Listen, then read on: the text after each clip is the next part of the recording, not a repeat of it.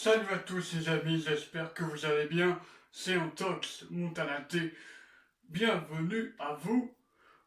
Ici vous êtes sur la chaîne WFB, WWE France-Belgique, la chaîne qui parle de catch. Et aujourd'hui les amis, nous allons revenir sur SummerSlam 2021 qui s'est déroulé samedi. On commence par le kick-off avec Baron Corbin contre Biggie. Victoire de Biggie qui récupère sa mallette parce que lors du dernier SmackDown, Baron Corbin avait piqué la mallette dans les coulisses de Biggie. Biggie l'a récupérée lors du kick-off. Ensuite, opener du show, RK-Bro contre AJ Styles et Omos pour le titre par équipe de Raw. Très très bon match pour être honnête avec vous. Vraiment, j'ai bien aimé le match. Ils ont bien utilisé Omos. Grâce à Omos, l'équipe de AJ et Omos les ont dominés. Et la tendance a inversé quand AJ Styles était dans le ring. Il a plutôt bien combiné avec Randy Orton à la fin du match. Mais il s'est fait surprendre par un RKO pour la victoire. Randy Orton et Matt Riddle sont les nouveaux champions par équipe, avec une très belle pop, très belle réaction de la foule. C'est mérité pour Matt Riddle et Randy Orton parce que tout simplement c'est plutôt bien bouclé cette rivalité. Limite c'est le truc qui est le plus intéressant à Raw actuellement, pour être honnête avec vous. C'est mon avis après. Ensuite, on va enchaîner entre Alexa Bliss et Eva Marie. C'était littéralement un squash. Alexa Bliss a dominé de A à Z d'Eva Marie. Elle a terminé avec son bis DDT pour la victoire. Ensuite, les Usos contre les Mysterio pour le titre par équipe de SmackDown. Alors, c'est plutôt un bon match.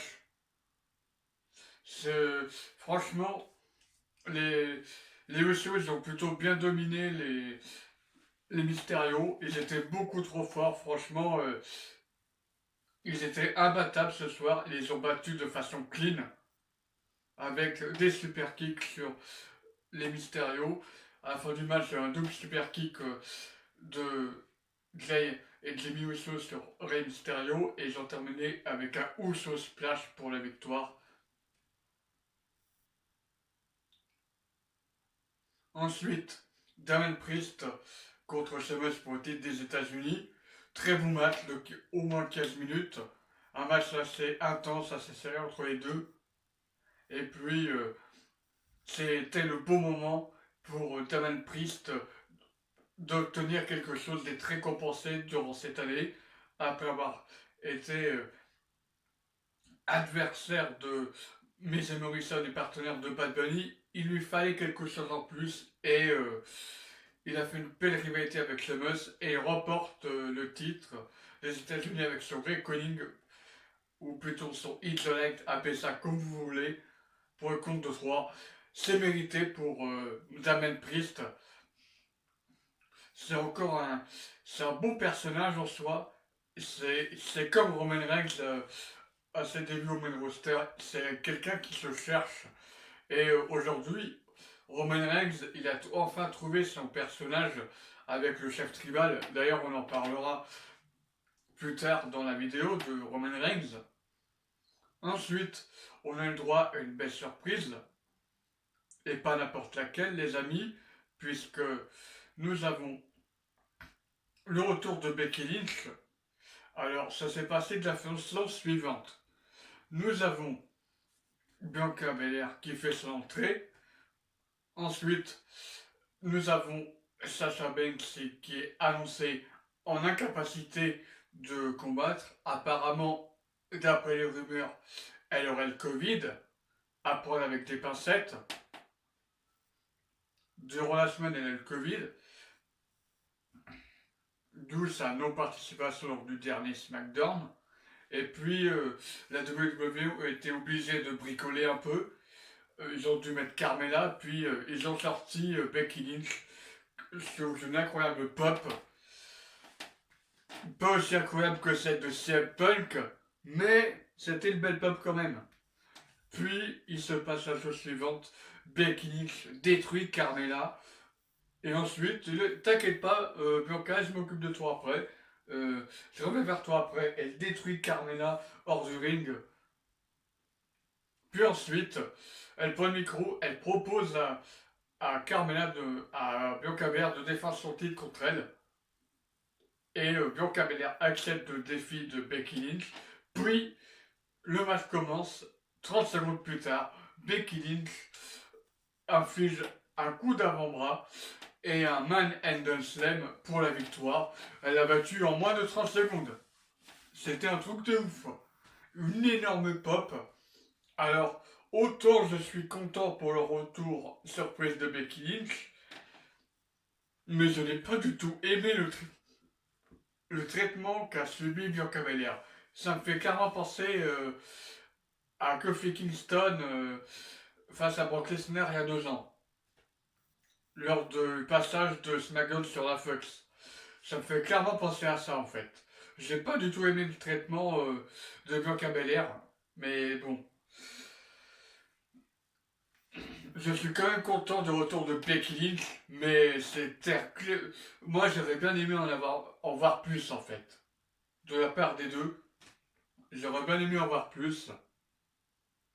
Ensuite, nous avons un petit segment avec Shinsuke Nakamura, qui est pas drôle.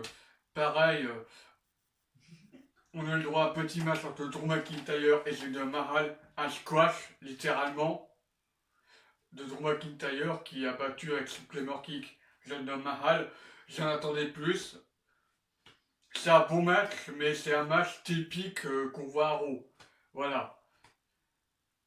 Ensuite, triple menace entre Rhea Ripley, Nikki Ash, la championne de Raw, puis Charlotte Flair, The Queen. Charlotte Flair qui est arrivé entre guillemets en mode Thanos, genre je vais pas tout le monde. Euh, puis Nikki Ash, durant tout le match, elle s'est fait détruire. D'ailleurs, dans toute la storyline, à part un match où elle a gagné par coup de chance face à Charlotte lors d'un match en disqualification au tout début de son règne, mais après, elle a enchaîné défaite sur défaite. Nikki Ash, on voit très bien que c'était une championne de transition et que soit Rhea Ripley, soit Charlotte Flair allaient prendre le titre. Ils ont misé sur Charlotte Flair. Personnellement, j'aurais préféré un deuxième règne de Rhea Ripley. Mais bon, victoire de Charlotte. Je suis pas dégoûté, mais j'aurais aimé. Je suis pas dégoûté parce qu'on a un très bon match, mais j'aurais aimé une autre fin. Une victoire de Rhea Ripley par exemple, ou un hold-up de Nikki Ash de nulle part, mais ça m'aurait pas dérangé non plus, mais Charlotte Flair, c'est la. Ok, c'est une très bonne catcheuse. Ok, c'est. Et c'est pas par le fait qu'elle ait le même nom que son père Ric Flair, non.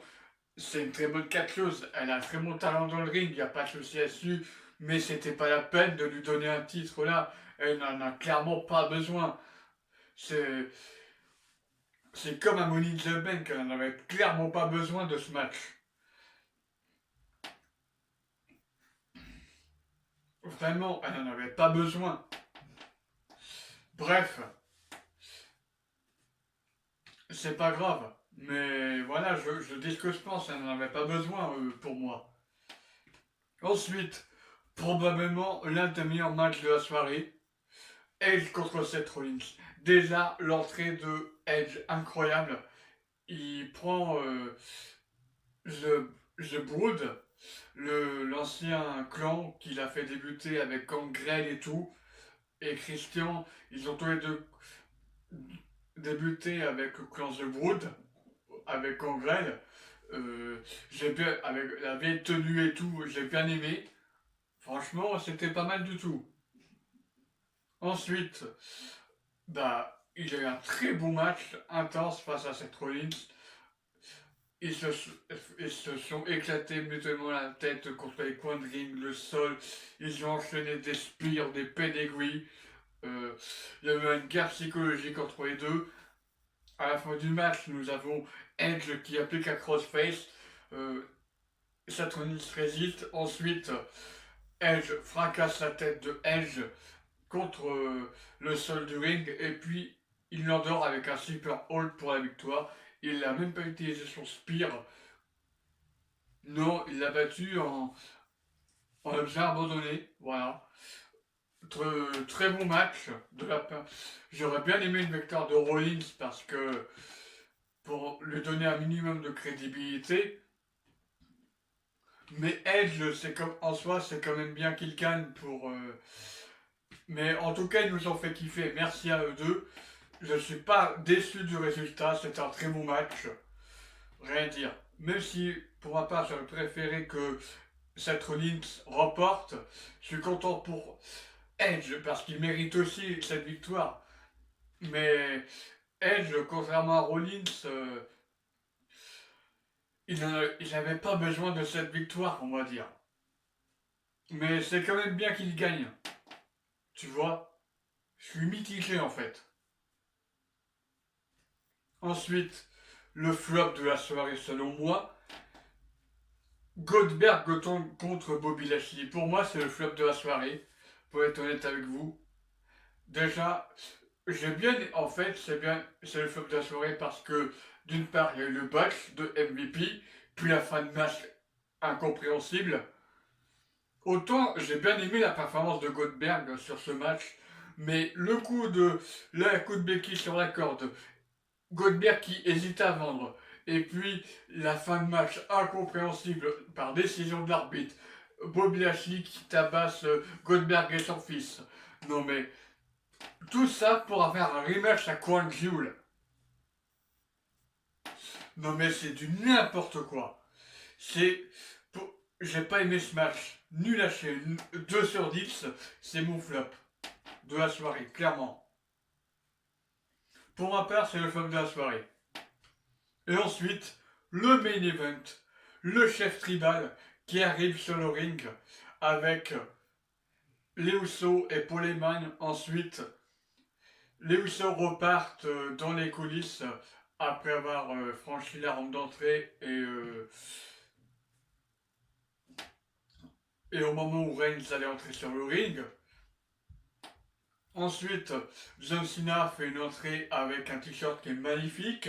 Même le titre est magnifique où il montre les règnes de John Cena et tout. J'ai bien, j'ai bien aimé le Titantron avec les titres de John Cena. J'ai bien aimé John Cena. Il a fait un beau. Franchement, John Cena, il a bien aidé Roman Reigns.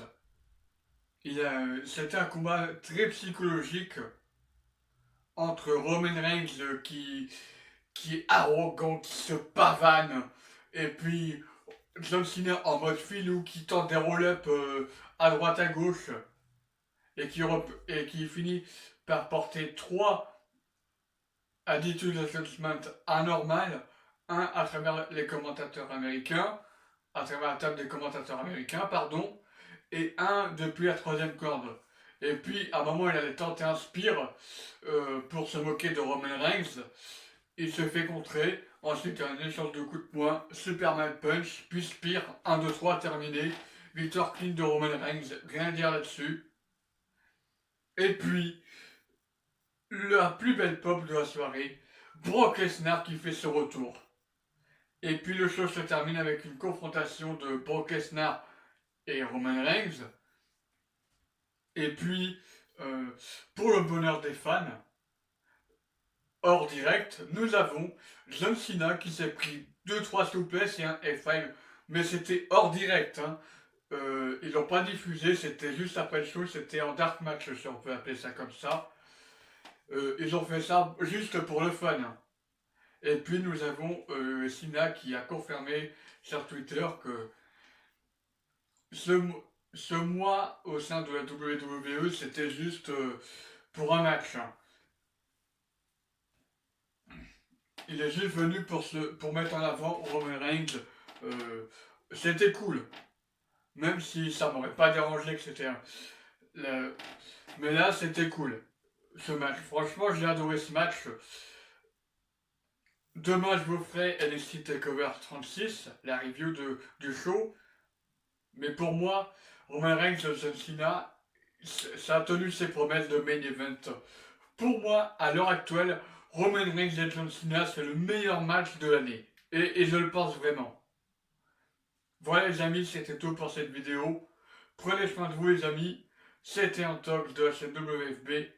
Ciao tout le monde.